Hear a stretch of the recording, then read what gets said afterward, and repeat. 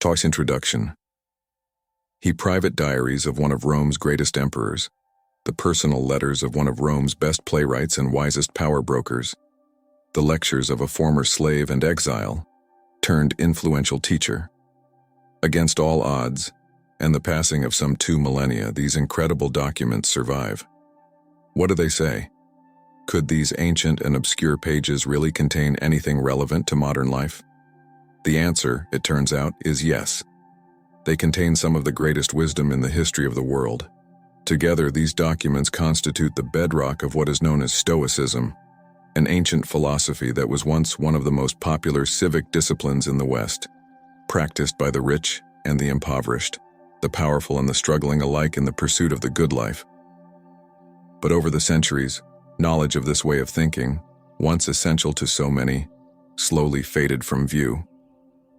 Except to the most avid seekers of wisdom, Stoicism is either unknown or misunderstood.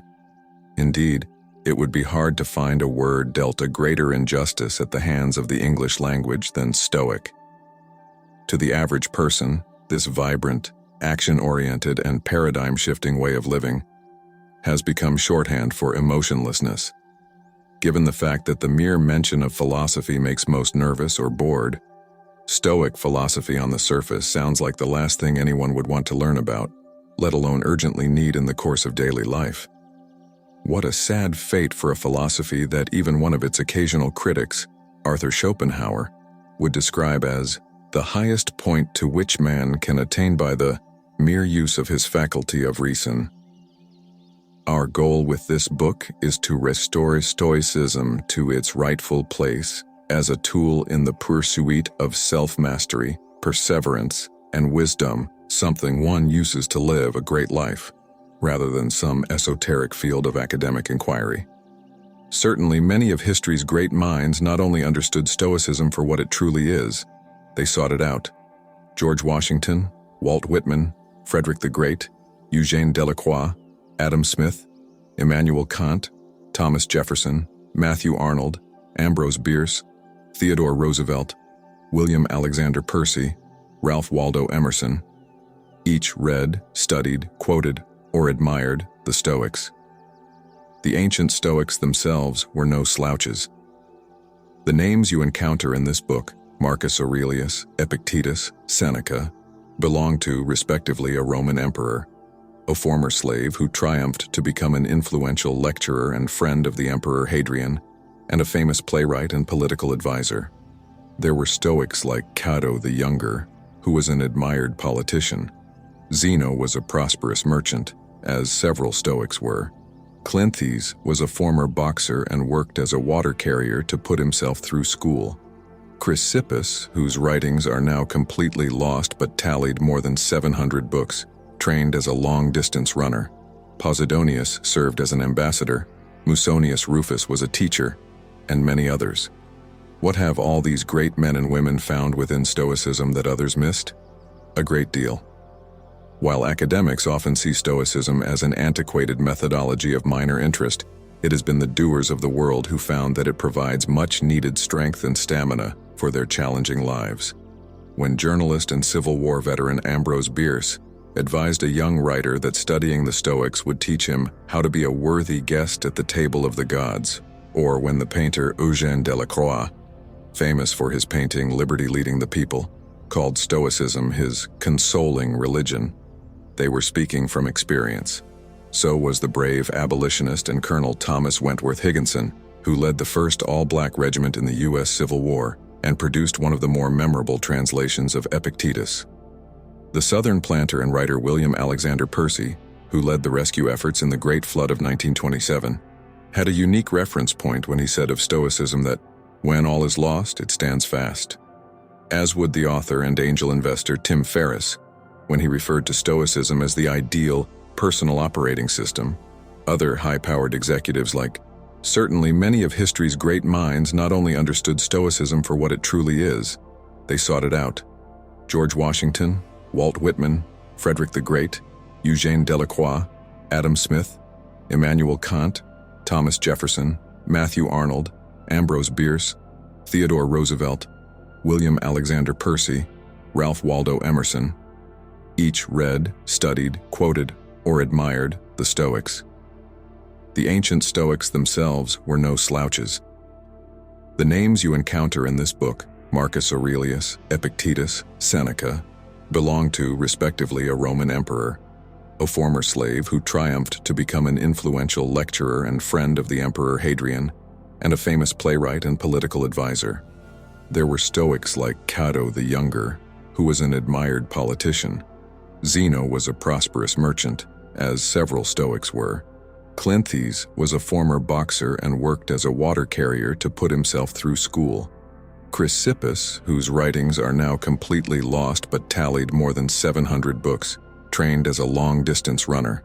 Posidonius served as an ambassador. Musonius Rufus was a teacher, and many others. What have all these great men and women found within Stoicism that others missed? A great deal.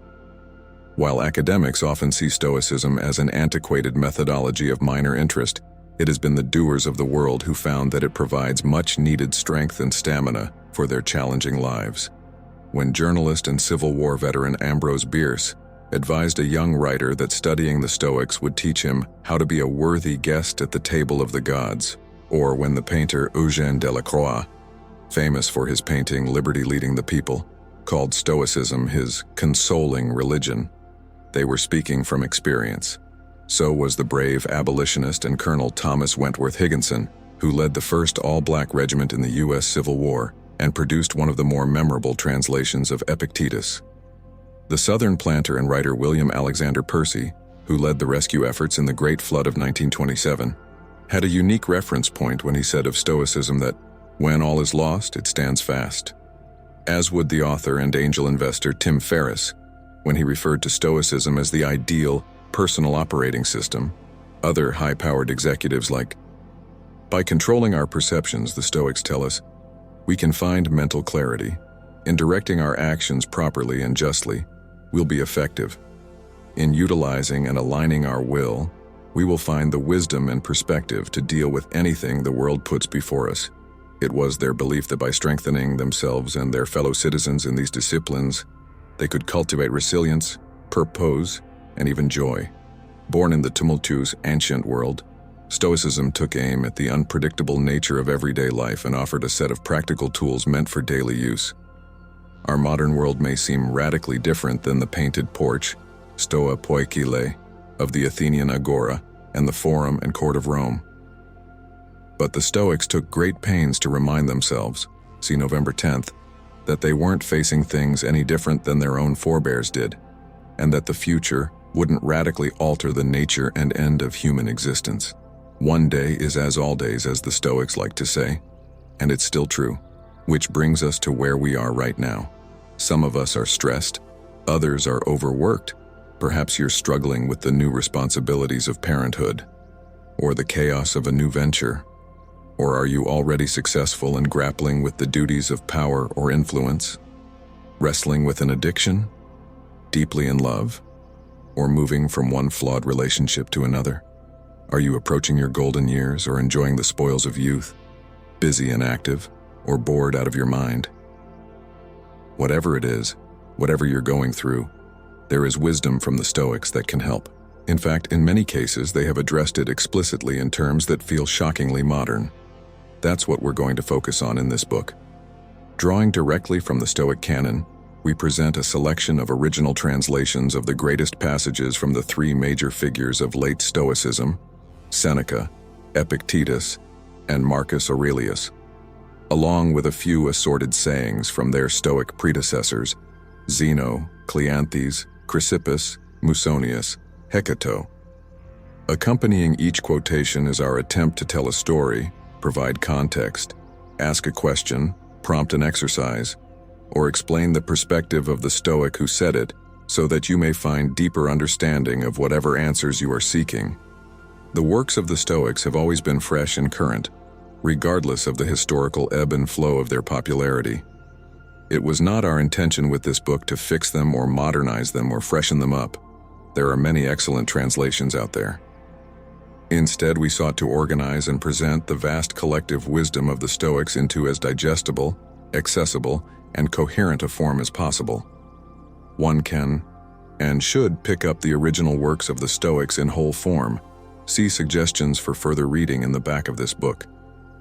In the meantime, here for the busy and active reader, we have attempted to produce a daily devotional that is as functional and to the point as the philosophers behind it. And in the Stoic tradition, we've added material to provoke and facilitate the asking of big questions, organized along the lines of the three disciplines: perception, action, and will, and then further divided into important themes within those disciplines. You'll find that each month will stress a particular trait, and each day will offer a new way to think or act. The areas of great interest to the Stoics all make an appearance here: virtue, mortality, emotions, self-awareness, fortitude, right action, problem-solving, acceptance, mental clarity, pragmatism, unbiased thought, and duty. The Stoics were pioneers of the morning and nightly rituals: preparation in the morning, reflection in the evening. We've written this book to be helpful with both. One meditation per day for every day of the year, including an extra day for leap years. If you feel so inclined, pair it with a notebook to record and articulate your thoughts and reactions.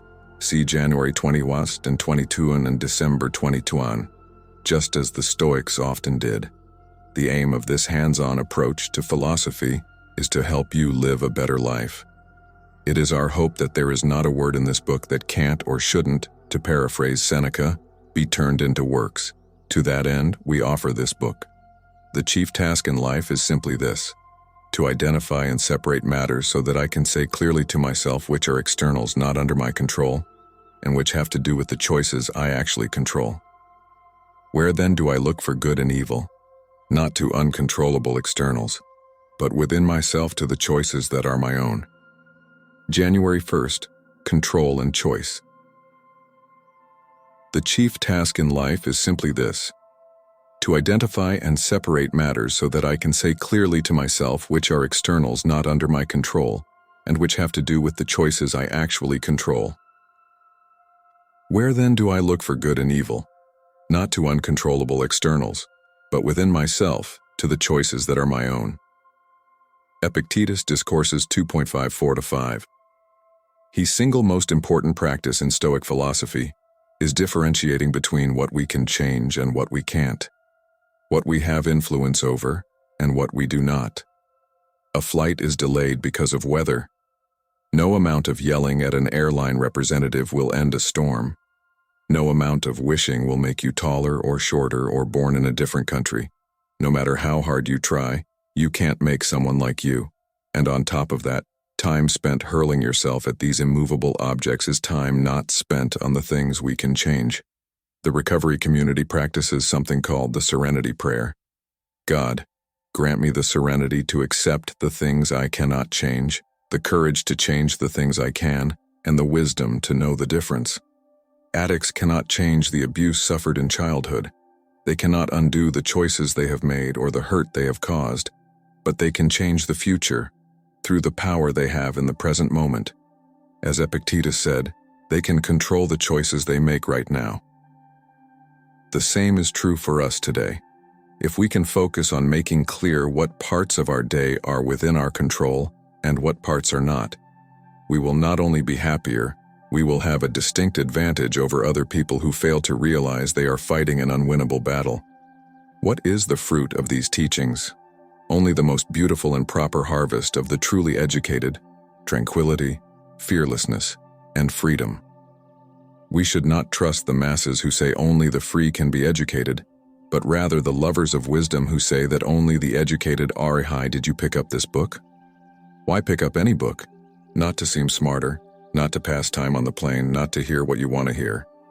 There are plenty of easier choices than reading free. No, you picked up this book because you are learning how to live, because you want to be freer, fear less, and achieve a state of peace. Education, reading and meditating on the wisdom of great minds, is not to be done for its own sake. It has a purpose. Remember that imperative on the days you start to feel distracted, when watching television or having a snack seems like a better use of your time than reading or studying philosophy. Knowledge, self-knowledge in particular, is freedom. How many have laid waste to your life when you weren't aware of what you were losing? How much was wasted in pointless grief, foolish joy, greedy desire, and social amusements? How little of your own was left to you? You will realize you are dying before your time. Ni of the hardest things to do in life is to say no. To invitations, to requests, to obligations, to the stuff that everyone else is doing. Even harder is saying no to certain time-consuming emotions: anger, excitement, distraction, obsession, lust. None of these impulses feels like a big deal by itself, but run amok, they become a commitment like anything else. If you're not careful, these are precisely the impositions that will overwhelm and consume your life. Do you ever wonder how you can get some of your time back? How you can feel less busy? Start by learning the power of no, as in no thank you, and no, I'm not going to get caught up in that, and no, I just can't right now. It may hurt some feelings, it may turn people off, it may take some hard work, but the more you say no to the things that don't matter, the more you can say yes to the things that do. This will let you live and enjoy your life, the life that you want. All you need are these: certainty of judgment in the present moment, action for the common good in the present moment, and an attitude of gratitude in the present moment for anything that comes your way. January 4th, the Big Three. All you need are these: certainty of judgment in the present moment, action for the common good in the present moment, and an attitude of gratitude in the present moment for anything that comes your way. Marcus Aurelius, Meditations 9.6, Perception, Action, Will. Those are the three overlapping but critical disciplines of Stoicism, as well as the organization of this book and year-long journey you've just begun. There's more to the philosophy, certainly, and we could spend all day talking about the unique beliefs of the various Stoics. This, Marcus Aurelius. Let all your efforts be directed to something, let it keep that end in view. It's not activity that disturbs people, but false conceptions of things that drive them mad. Seneca, W29 of the 48 Laws of Power is, plan all the way to the end.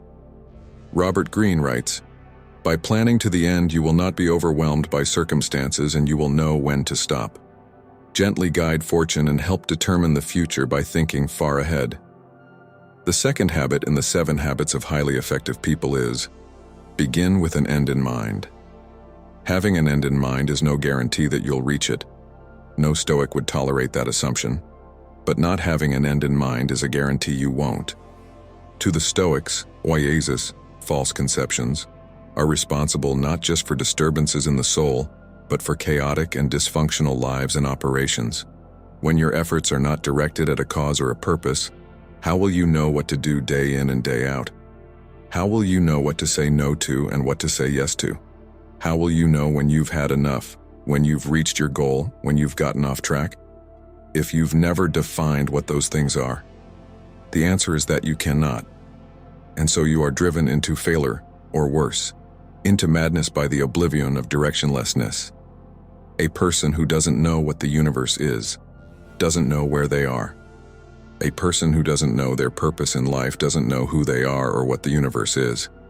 A person who doesn't know any one of these things doesn't know why they are here. So what to make of people who seek or avoid the praise of those who have no knowledge of where or who they are? Late comedian Mitch Hedberg had a funny story he told in his act. Sitting down for an on-air interview, a radio DJ asked him, "So, who are you?" In that moment, he had to think, is this guy really deep or did I drive to the wrong station? How often are we asked a simple question like, who are you? Or, what do you do? Or, where are you from? Considering it a superficial question, if we even consider it at all, we don't bother with more than a superficial answer. But gun to their head, most people couldn't give much in the way of a substantive answer. Could you? Have you taken the time to get clarity about who you are and what you stand for? Or are you too busy chasing unimportant things, mimicking the wrong influences, and following disappointing or unfulfilling or non-existent paths? So, concerning the things we pursue, and for which we vigorously exert ourselves. We owe this consideration. Either there is nothing useful in them, or most aren't useful. Some of them are superfluous, while others aren't worth that much. But we don't discern this and see them as free. When they cost us dearly, instinctively, we protect our physical selves. We don't let people touch us, push us around, control where we go. But when it comes to the mind, we're less disciplined. We hand it over willingly to social media, to television, to what other people are doing, thinking, or saying. We sit down to work, and the next thing you know, we're browsing the internet. We sit down with our families, but within minutes we have our phones out. We sit down peacefully in a park, but instead of looking inward, we're judging people as they pass by. We don't even know that we're doing this. We don't realize how much waste is in it, how inefficient and distracted it makes us. And what's worse, no one is making this happen. It's totally self-inflicted. To the Stoics, this is an abomination. They know that the world can control our bodies. We can be thrown in jail or be tossed about by the weather. But the mind? That's ours. We must protect it. Maintain control over your mind and perceptions, they'd say. It's your most prized possession. Above all, keep a close watch on this, that you are never so tied to your former acquaintances and friends that you are pulled down to their level. If you don't, you'll be ruined. You must choose whether to be loved by these friends and remain the same person, or to become a better person at the cost of those friends. If you try to have it both ways, you will neither make him. Rohn's widely quoted line is, "You are the average of the 5 people you spend the most time with." James Altucher advises young writers and entrepreneurs to find their scene, a group of peers who push them to be better. Your father might have given you a warning when he saw you spending time with some bad kids. Remember, you become like your friends. One of Goethe's maxims captures it better. Tell me with whom you consort, and I will tell you who you are. Progress nor keep what you once had. When your sparring partner scratches or headbutts you, you don't then make a show of it or protest or view him with suspicion or as plotting against you. And yet you keep an eye on him, not as an enemy or with suspicion, but with a healthy avoidance. You should act this way with all things in life. We should give a pass to many things with our fellow trainees. For, as I've said, it's possible to avoid without suspicion or hate. Marcus Aurelius. Seeing each day and each situation as a kind of training exercise, the stakes suddenly become a lot lower. The way you interpret your own mistakes and the mistakes of others is suddenly a lot more generous. It's certainly a more resilient attitude than going around acting like the stakes of every encounter put the championship on the line. When you catch an elbow or an unfair blow today, shake off the pain and remind yourself, I'm learning. My sparring partner is learning too. This is practice for both of us, that's all. I know a bit more about him or her, and from my reaction, they're going to learn a little bit more about me too. It's the same reason why, as a child, you might have confessed to a lie to completely unsuspecting parents. It's the reason why one partner might voluntarily admit to a crushing infidelity, even though the other partner had no idea. Why are you telling me this? The betrayed shouts as she walks out the door. Because things have been going so well and I couldn't take it anymore. There are immense costs of doing wrong, not only to society, but to the perpetrator. Look at the lives of most people who reject ethics and discipline, and the chaos and misery that so often follows. This punishment is almost always as bad or worse than whatever society metes out. This is why so many petty criminals confess or voluntarily surrender. They don't always stick to it, but at the lowest moment they finally realize, this is no way to live. They want the peace of mind that comes with doing right, and so do you. Kindness is invincible, but only when it's sincere, with no hypocrisy or faking. For what can even the most malicious person do if you keep showing kindness and, if given the chance, you gently point out where they went wrong, right as they are trying to harm you? Marcus Aurelius. Had if the next time you were treated meanly, you didn't just restrain yourself from fighting back? What if you responded with unmitigated kindness? What if you could love your enemies, do good to those who hate you? What kind of effect do you think that would have? The Bible says that when you can do something nice and caring to a hateful enemy, it is like heaping burning coals on his head. The expected reaction to hatred is more hatred. When someone says something pointed or mean today, they expect you to respond in kind, not with kindness. When that doesn't happen, they are embarrassed. It's a shock to their system. It makes them and you better. Most rudeness, meanness, and cruelty are a mask for deep-seated weakness. Kindness in these situations is only possible for people of great strength. You have that strength. Use it. Every habit and capability is confirmed and grows in its corresponding actions, walking by walking and running by running. Therefore, if you want to do something, make a habit of it. If you don't want to do that, don't, but make a habit of something else instead. The same principle is at work in our state of mind. When you get angry, you've not only experienced that evil, but you've also reinforced a bad habit, adding fuel to the fire. What we repeatedly do, Aristotle said. Therefore, excellence is not an act, but a habit. The Stoics add to that we are a product of our thoughts. Such as are your habitual thoughts, such also will be the character of your mind, Marcus Aurelius put it. Think about your activities of the last week as well as what you have planned for today and the week that follows. The person you'd like to be, or the person you see yourself as. How closely do your actions actually correspond to him or her? Which fire are you fueling? Which person are you becoming? Those obsessed with glory attach their well-being to the regard of others. Those who love pleasure tie it to feelings, but the one with true understanding seeks it only in their own actions. Think on the character of the people one wishes to please, the possessions one means to gain, and the tactics one employs to such ends. How quickly time erases such things, and how many will yet be wiped away. Marcus Aurelius. Don't set your mind on things you don't possess as if they were yours, but count the blessings you actually possess and think how much you would desire them if they weren't already yours.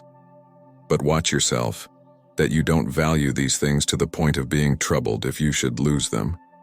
Marcus Aurelius regularly covet what other people have. We desperately try to keep up with the Jonases, all the while the Joneses are miserable trying to keep up with us. It would be funny if it weren't so sad. So today, stop trying to get what other people have. Fight your urge to gather and hoard. That's not the right way to live and act. Appreciate and take advantage of what you already do have, and let that attitude guide your actions. If you don't wish to be a hothead, don't feed your habit. Try as a first step to remain calm and count the days you haven't been angry. I used to be angry every day, now every other day, then every third or fourth. If you make it as far as 30 days, thank God. For habit is first weakened and then obliterated.